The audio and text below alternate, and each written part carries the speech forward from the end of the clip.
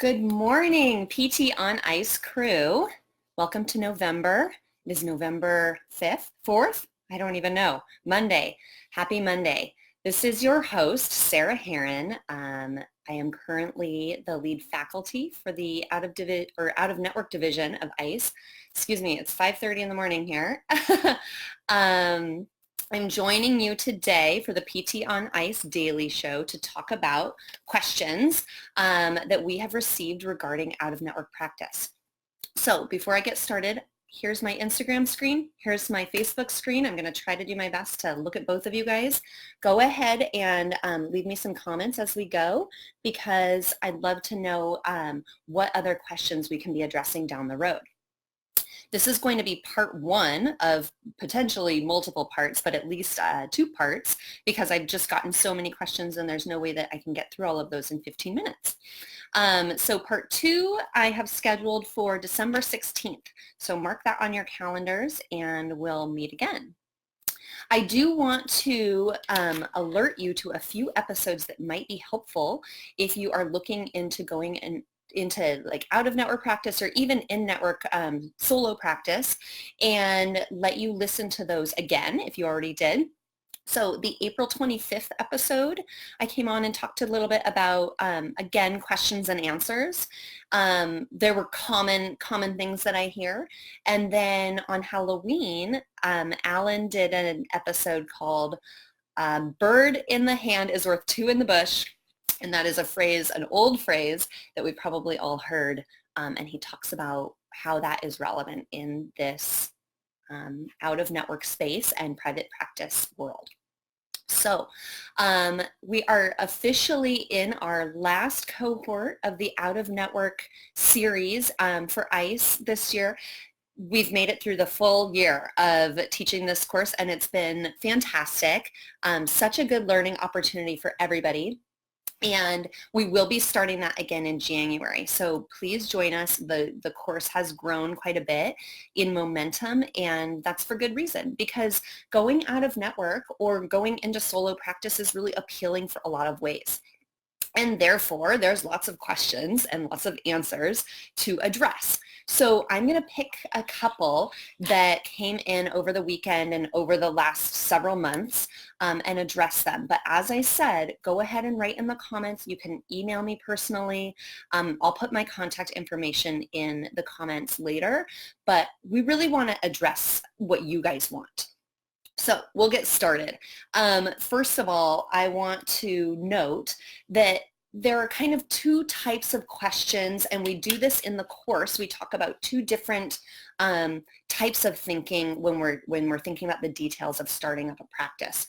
So the first is sort of the recipe of how we do that, the blueprint, some people will call that, the details, like what is my name going to be? What is my logo going to be? Where am I going to be located, right? And then all of the business and legal stuff.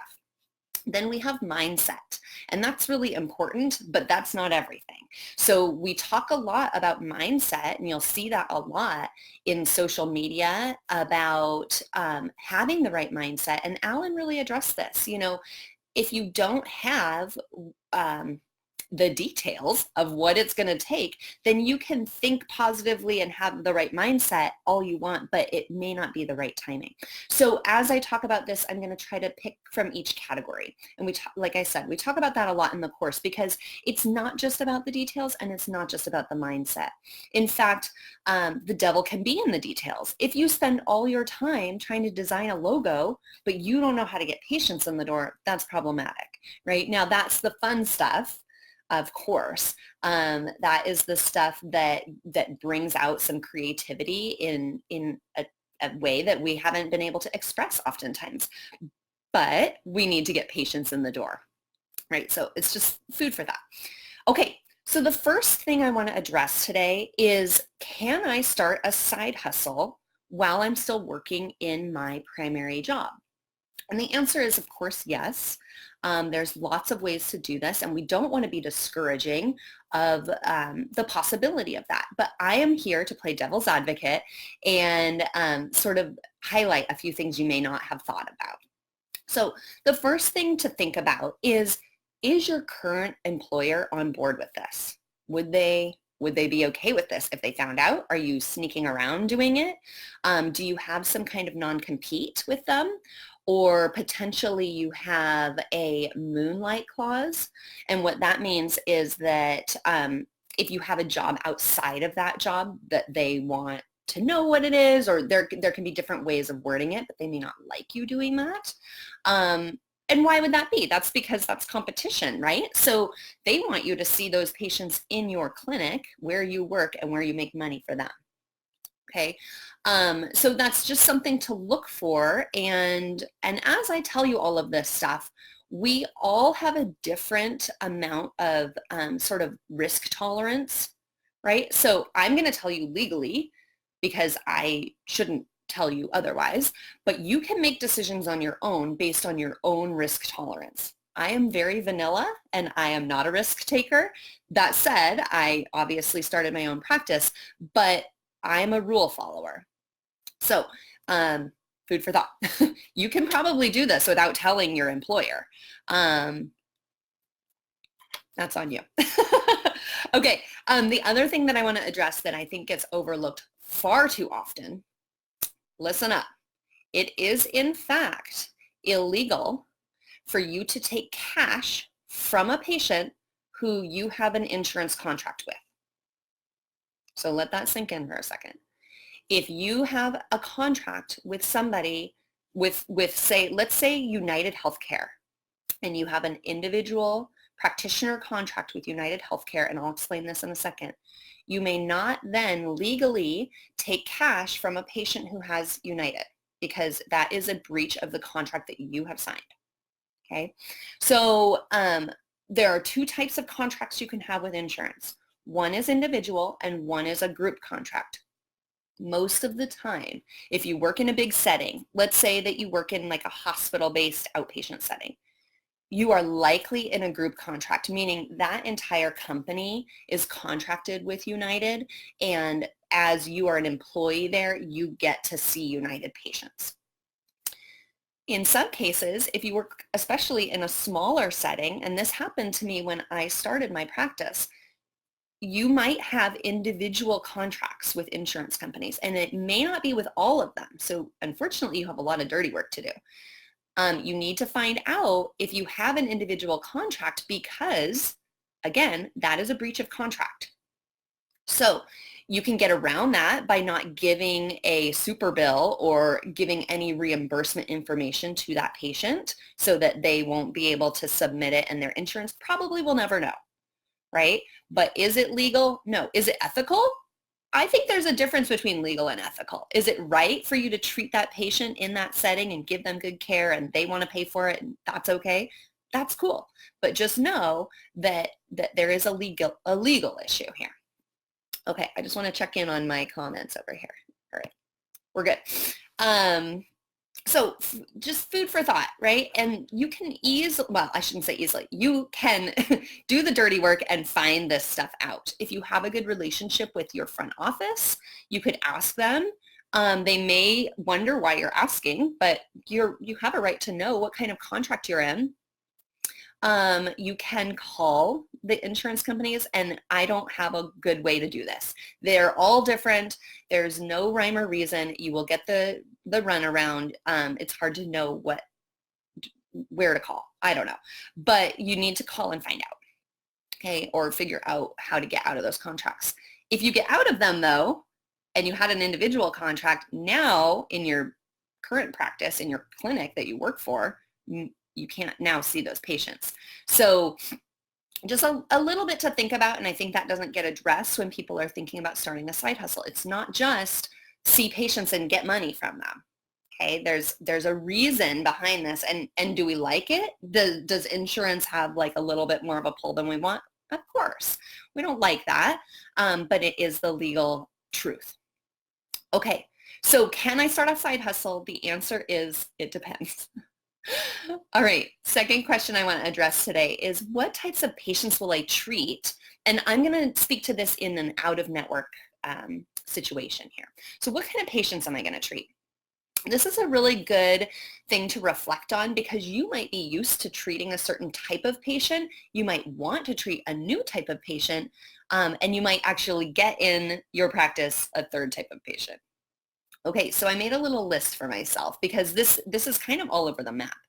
I've talked before about niche specialties being pretty helpful. So at Aerophysical Therapy Seattle, we have a specialty in hip impingement, one of our specialties. And because of that, we drive a lot of traffic to our clinic because people want specific care for that issue. A niche is something that can be developed through your experience, right? It can naturally happen, or it can be something that you want to treat.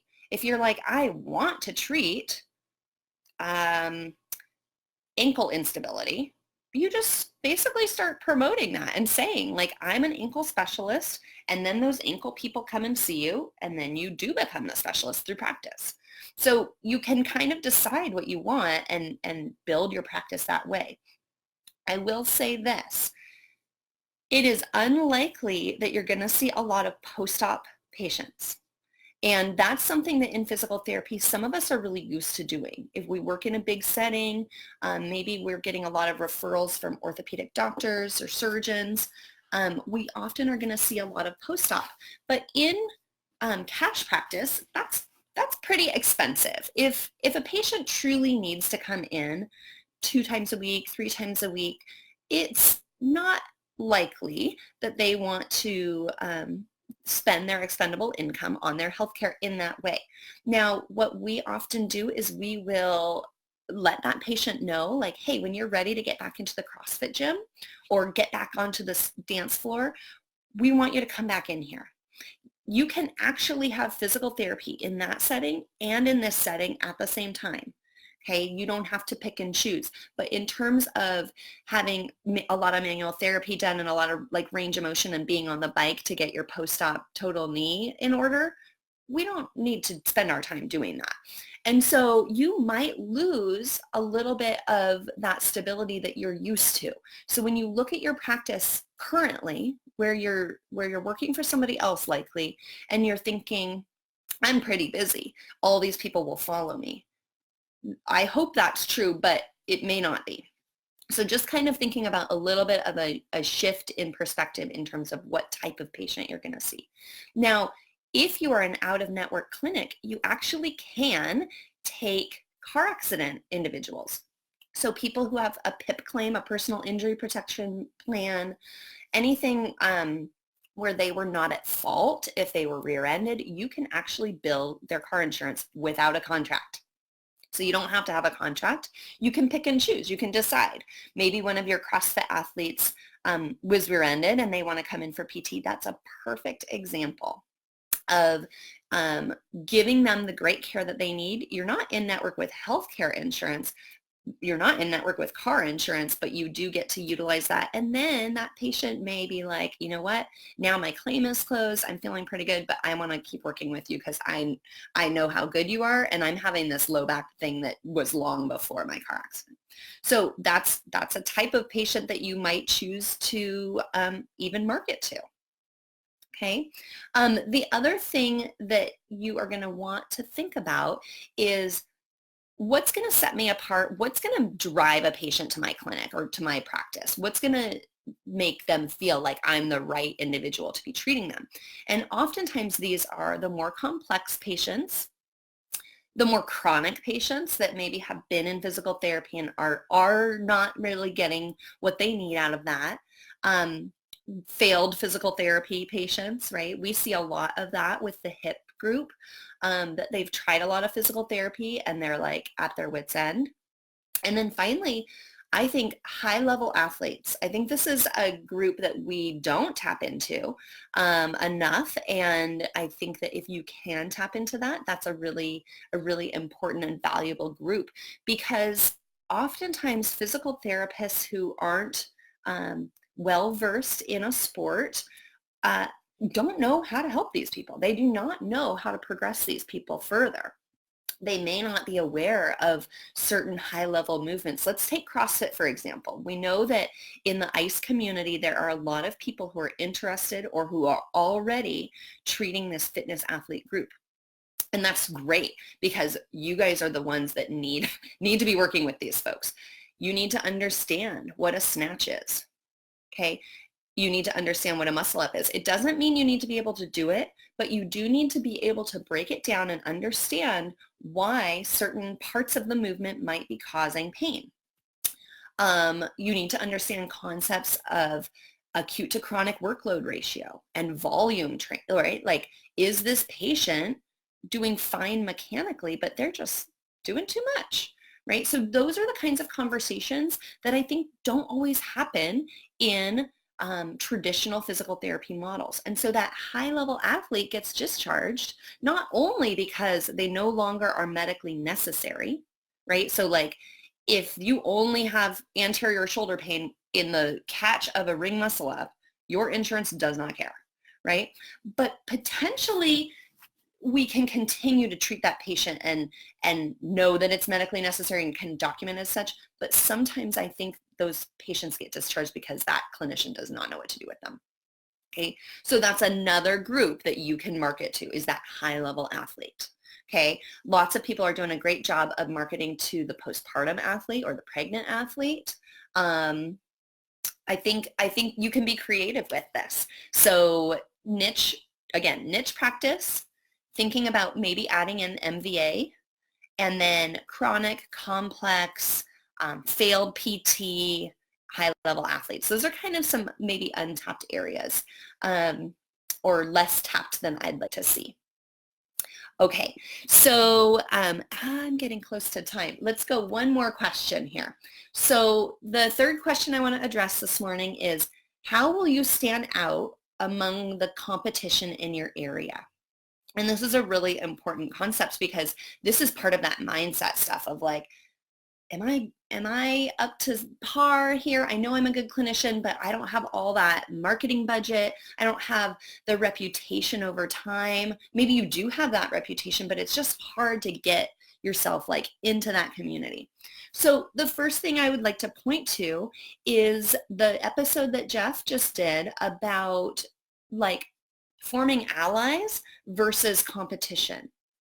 So in this space, we are allies with each other. We are hopeful that everybody wants to change their physical therapy perspective and kind of jump on this ICE board, right? Like we want to think about creating a situation where these patients actually get better, right? And so if other people are doing that, I understand that that's competition for your business, but I think we can think about being allies. And so I will give an example. New to the Seattle area, there is a clinic that came in close to the neighborhood where Beth and Dan and I practice. And again, our specialties are hip impingement, but we also treat a lot of CrossFit. That's like one of our big babies.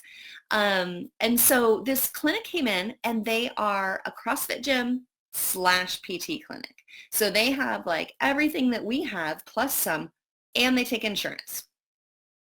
So, and I've talked before about Seattle is a fairly affluent area. It's becoming that with this tech world, and people are moving here for jobs, which means people do have expendable income, but they also have really good benefits that they want to use. And so we'll have these CrossFitters come in and they're like, hey, have you heard about such and such location? I'll actually tell you what it is. It's called Experience Momentum, and they're excellent. And at first we were like, yes, don't go there. But we have no reason to say that because they're awesome. What ended up happening is one of the clinicians from that practice reached out to Beth actually, and we were able to network with them and get to know them. So it became an ally situation where we are friends and we are supportive of each other, and it doesn't have to be a negative thing. Now, do I still hope that we get some business? Yes, of course. But I think what ends up happening is that within that practice, if we don't see this negative competition between each other, we can then cross-refer and we can then share each other's social media posts. or maybe we do an event together. It doesn't have to be competition. Okay, so I think that takes a little bit of like self-confidence, and I think some of that can be like you need to sort of fake it till you make it in that realm. But I think networking with them is really a good strategy. Second, really you need to be an excellent clinician, right? So how do I set myself apart? I am an excellent clinician. In addition, we want to make sure that we're making the out-of-network or the cash pay model, we want it to be about the patient and not about you. So I don't want to hear any more about how you need to be less stressed in your job. This is all true. You can say that to me behind closed doors or to your out-of-network cohort when you take the course. But we don't want to say that stuff to the patients, right? Like clinician burnout, one-on-one care is better for the physical therapist. All of that is true. Payment, right? We're not getting paid enough. So we need to make it about the patient. Why is out-of-network practice better for the patient? That's what's going to resonate with them. Okay, so be a good clinician and then make it about them. Okay, and then finally, I think comparing yourself to others is not very helpful, right? It's not actually very accurate sometimes. So remember that what people put out there, what they put out on social media, what they put out in their marketing strategies even, is not perhaps accurate of what's happening behind closed doors. I know plenty of practitioners who have reached out to me who have so many followers on social media, and they're telling me that they're not seeing very many patients. And how can we address this? So I think, again, when we go back to that idea of the devil's in the details, make sure that you're not spending all your time putting up beautiful social media if you're not, in fact, getting patients in the door. And that's going to be situational, right? That's going to be different situation to situation. But first and foremost, do not compare yourself to somebody else. Okay, because you don't know if they're just sitting in their living room creating a bunch of content, but they actually don't have any patients. Okay, so those are my thoughts for today. I hope that's helpful.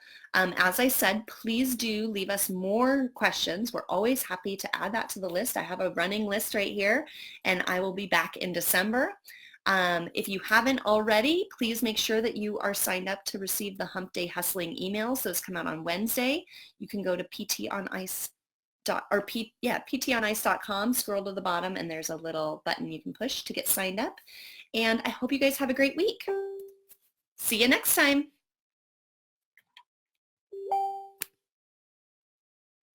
End.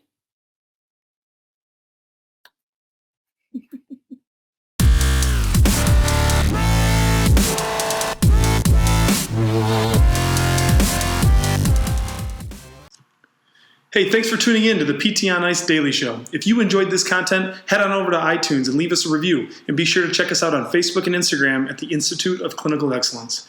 If you're interested in getting plugged into more ICE content on a weekly basis while earning CEUs from home, check out our virtual ICE online mentorship program at ptonice.com.